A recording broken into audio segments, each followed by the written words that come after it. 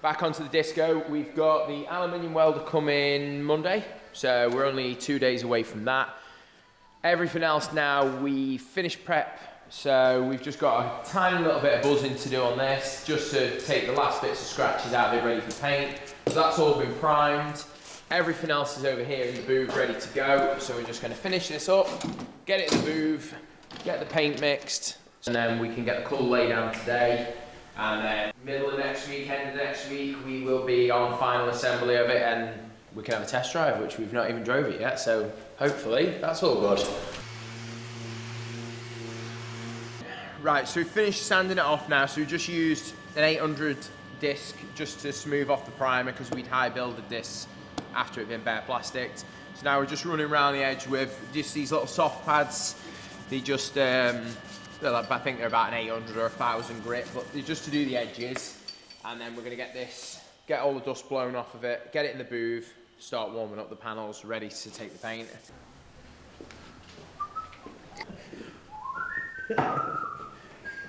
Whistle as you walk. Right, let's get some heat on in here.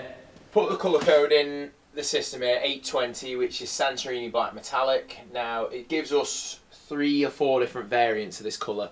So you've got a standard shade, you've got a golder shade, you've got a more pearlescent shade. So we're going to get a couple of chips out now, have a look at it against the car for the colour match. When we find one that we're happy with, we're going to just mix a little bit, just like a tenth, and then we're going to check that on the stick. And then if it's right, we're going to mix as much as we need, probably 700-800 ml to do the front end on that. So yeah, let's get some chips. So it shows you on here what colour chip you need, B97, then 86450. That one. So we need a colour match torch, which is somewhere, it might be outside here. We'll see what this looks like against the body. You can see with Santorini Black, there's a heavy pearl in the colour. You get all sorts, you get green, purple, blue, all sorts. So yeah, let's see what the first chip's saying. So I don't know if you can see that in the camera, that does look quite good. The chip is a little bit scratched up because it is a commonly used one. But yeah, that is looking good. So I think we'll mix a little bit of that and then we'll get it on a stick and have a look at it against the panel. This is the paint scheme that we're on here. We're on MIPA. So we can mix any single colour for any single vehicle, motorbike, pretty much anything that has paint on it, you can make the colour with this. So between all these tinters you can make anything. So you got Land Rover colours in there, basic cars like the Nissan outside, anything up to Porsches, Ferraris, Lamborghinis, doesn't matter. Everything, because we got the colour box with it, so we have a massive array of colour chips. So every code that you put in here, whether it's the red for the Ford Fiesta, the silver for a Qashqai, the black on this Land Rover, there will be variants of it. So you'll get, some can have up to 10 different shades of the same colour, just for years or different brands of paint when they were getting painted. So you can always check the colours before we put them on to make sure that we're happy with them, as opposed to putting them on and then finding out afterwards that the colour's wrong. At least if you know from chips, you know if you need to blend or how far you need to paint down the car to get the colour right. So for now with the Land Rover, we are going to try just edging it because we're happy with the colour. So we're going to just go for bonnet and bumper, offer it onto the car. If the bonnet does look off, we will blend the colour into the wings to make it unnoticeable. But for now, I think it's going to be fine. The system actually tells us what to do. So it tells you what tinters, in what order, and what amount needs to go into them. So it's showing us there, the first colour on here is 970, which is just straight black. That's the main base coat colour of the car. Right, and then it shows you after that we want another black 980. And that one's 10.5 grams of that. Let's hope that I get this bang on first time so I don't look an idiot. Yeah. Look at that, right to the point. So we'll just follow that down the list now, picking out each colour as we go, and then we'll see what this looks like in a second on the stick. So that's a tenth for that mixed up now. So I don't know if you can see it quite in there. If you can catch some metallic in it. Let me just grab that torch. So if you can see all the pearl in there. So hopefully we'll just offer this up to the car, see if that looks like a close match. If it does, we'll mix up the full amount, get the heat on in the booth, and start laying the colour down. Do you get all that, yeah? Brilliant. There's always a knack to trying to do this without getting the paint all down the car. Right, so let me just try and get some of this off here. So yeah, that looks good. I don't know if you can pick that up on there, but the actual pearl in the colour looks bang on to the pearl on the car. So yeah, I'm confident to put that on. We're just going to run through some of the process of the painting here, obviously first starting off with the priming. So the first step, we're applying acid etch primer to the bonnet. That just gives it more of a key to obviously allow the primer then to stick. We're now putting a plastic primer, like an adhesion promoter, on the front bumper. That is before we start adding primer again. That just gives it more of a key, helps it grip onto the bumper properly. And then we tend to apply 3 to 4 coats of high build primer depending how rough the panels are. These are quite straight, but with us bare plastic in the front bumper, it is a little bit furry now, and we've done a little bit of plastic welding in the middle to flush out the number plate. So as you can see, we are pretty much all the way through priming here. Now we've fast forwarded and we are prepped. Everything's in the booth now. We're just going through with some cleaners, some panel wipes, and then we're using an anti-static gun to remove the static charge from the panels themselves. As you can see, I'm in full PPE now. So we've got a spray suit on, a mask, and a pair of sliders just for comfort while we're painting. So we're in full Smurf mode and we're just starting to put the base coat on now. It tends to have around about 4 or 5 coats of the Santorini black, and then we move on to the clear coat. I've actually been in the motor trade since 13 years old. Give £50 for a Metro GTA. Had that, flipped that, started doing my own work, and then it sort of progressed from there because I ended up with word of mouth business, and then it turned into I ended up painting vehicles at my mum's house in her garage on the driveway, and it got to the point where I even had a Bentley down there, quite a new Bentley Continental GT at the time. I think it was 8 months old, and I realised at that point that it was progressing too much, that I needed to actually get a unit and try and invest into this to try and push it forward. So at that point I moved into my first unit, and then we've moved into the unit we're at now, and realistically we've outgrown this place. We need to do the next step and move on. So we've just ventured into this a little bit to just show an insight of what we're doing. The first video was a little bit wavy with the sound, so we've invested a bit now into audio, visual, and we're just going to try and make the channel a little bit better, make your experience a little bit better. So if you're enjoying what you're seeing, if you like and subscribe, we'll keep pushing forward and keep trying to show you interesting things. As you can see, paintwork's done. Just spent the last couple of hours on this. Everything has come out absolutely perfect. Just needs a very slight little nib for a couple of specks of dust, mainly just in the bonnet, which you always get. But everything's gone to plan. Look at that, if you can pick that up. The colour's absolutely stunning on it. You can see the metallic in there, really nice. So next step now, we're going to leave these. They've had a bake, but we're going to leave them overnight, and then tomorrow we can crack on. We can get all the bits back in the bumper, get that built, and get the bonnet on, start lining it up, and then start on to finishing it, flattening and polishing. So we'll be back.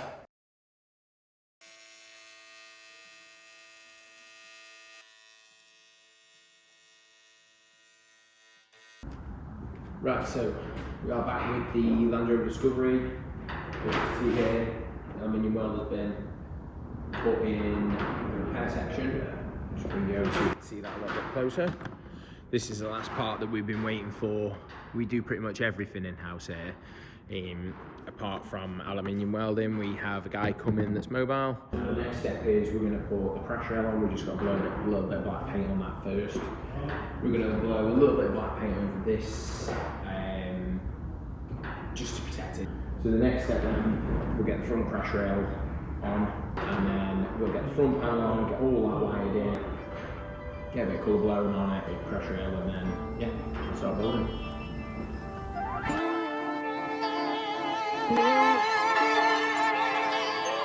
That's covered enough for me. Like I say, we're only going very low pressure.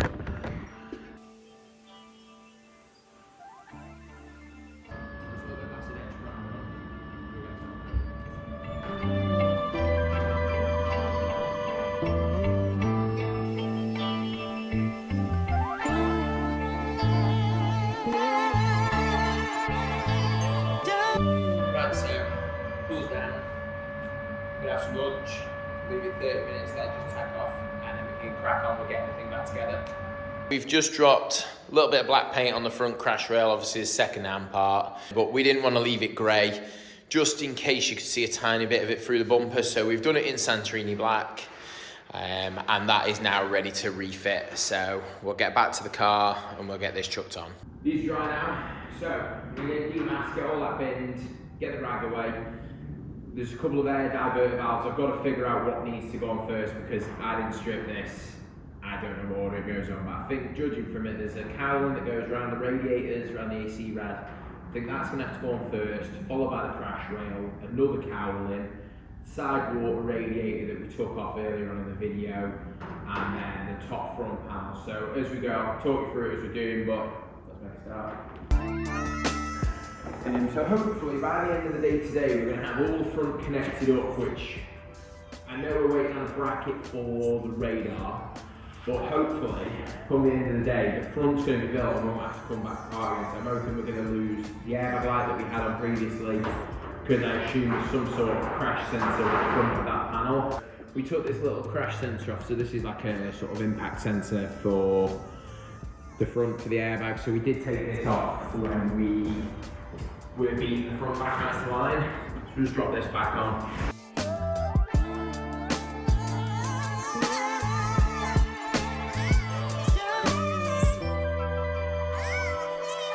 Bring it back down.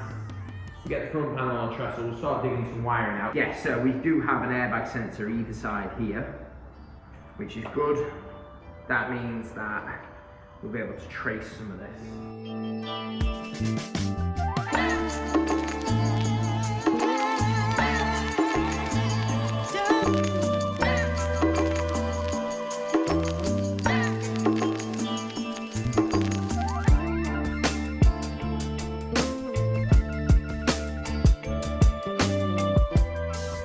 So now I'm going to try and figure out which bolts and some spreader plates and stuff that hold the front panel onto the car. So we'll go ahead and get this tied down, because this is all lined. We get the tie tied down, then we can get the bottom tied and tighten the crash rail, and that should hopefully bring everything together.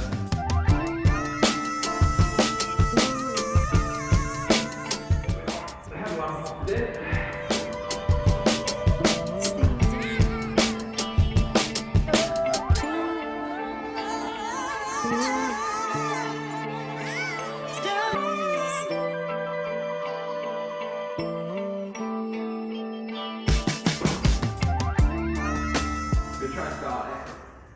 Coolant will run down, we'll top up the coolant, we'll check the lights work, we'll check the drone works, hopefully the airbag light goes out, I'll show you if that does. If not, it may need the code scanner and it, so we'll see what it does.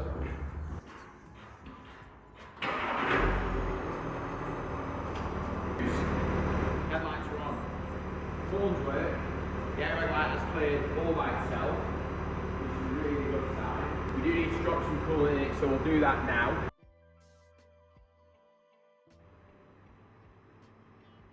As you can see, our lights are on, our daytime running lights are in, or side lights. I don't think the daytime running lights come on Land Rover until you put it into drive. Indicator working. We heard the horn. I'll just show you now, and then that'll be a wrap for today. Just show you the dash now. Once it realises there's no fault, has cleared itself. So the only warnings we've got left here now are the one down the bottom left here is the automatic braking for the crash thing, which we know about the radar that we haven't got it plugged in. Obviously we realise this thing desperately needs some diesel. It's got 7 miles left in it now. That's pretty much a wrap for today. This is the day we've been waiting for. You can't buy this little bracket that holds this radar from Land Rover. So all this does is clip in here, bolts to this little metal bracket that then bolts into this hole here. Land Rover won't sell you this. You have to buy this, and it was about 700 and something pounds plus VAT, or including VAT, can't quite remember. But this bracket off eBay, £32. So huge saving, like we're like £600-700 saving just by buying this because the radar had survived the crash, luckily.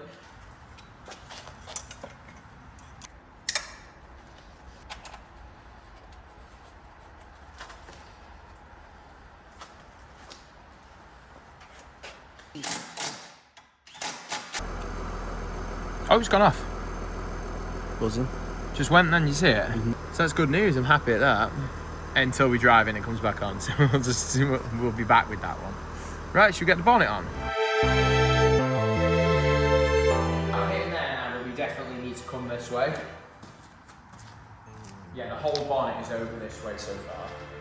So we're not doing bad, so we just need to slacken everything now and give it a shove.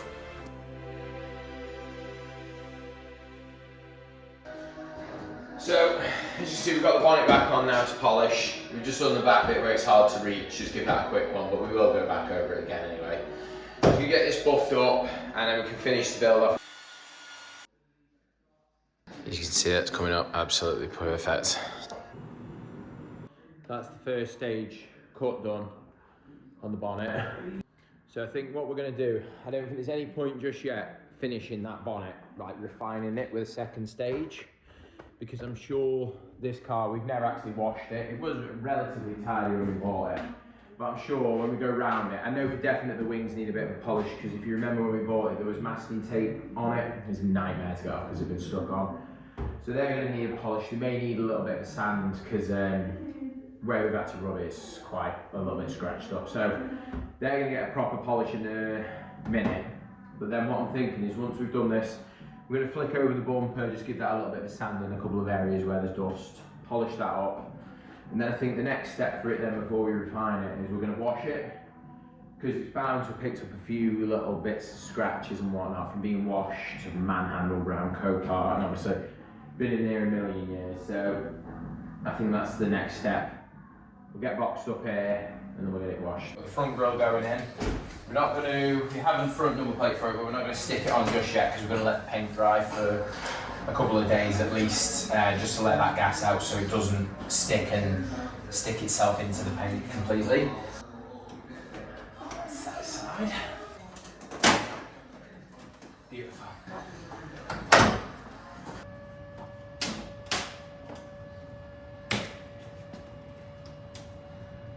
You happy? Well, if it makes a fuel station. Here's one of the most fun bits of the whole build. I love getting to the point where you finish, you can get rid of the bit where it says total loss. All the bits in conjunction with it being in copart.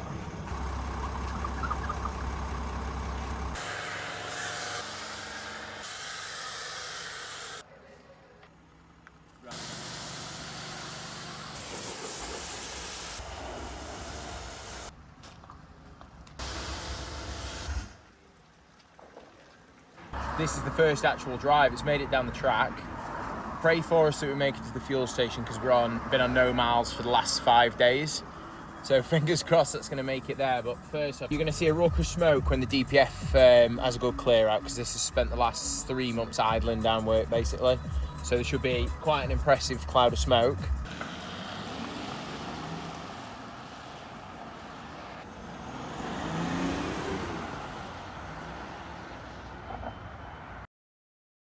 Cue to the dramatic music, slow motion video. It's finally come together, and realistically I reckon we've spent 4 days on this car, which isn't bad because now we're driving around in a 2024 plate Land Rover Discovery HSE. If you went to buy this car off a forecourt, you'd be looking around about £70,000, and we're in this car for around about £40,000. You'll be seeing a lot more of this car because we'll be using it to drag track cars, other project vehicles. Hopefully you can see the progression we're making with the channel. We're trying to better that. If you've got any ways that we can improve, we're always got open ears. We'd like to hear your thoughts. If you want to drop us a comment, let us know what you're thinking. And if you like what we're doing here, if you could hit the thumbs up button, subscribe, give us a quick share. It only takes a couple of seconds and we can try and supply you with some more interesting content. We'll see you next time. Thank you very much for watching.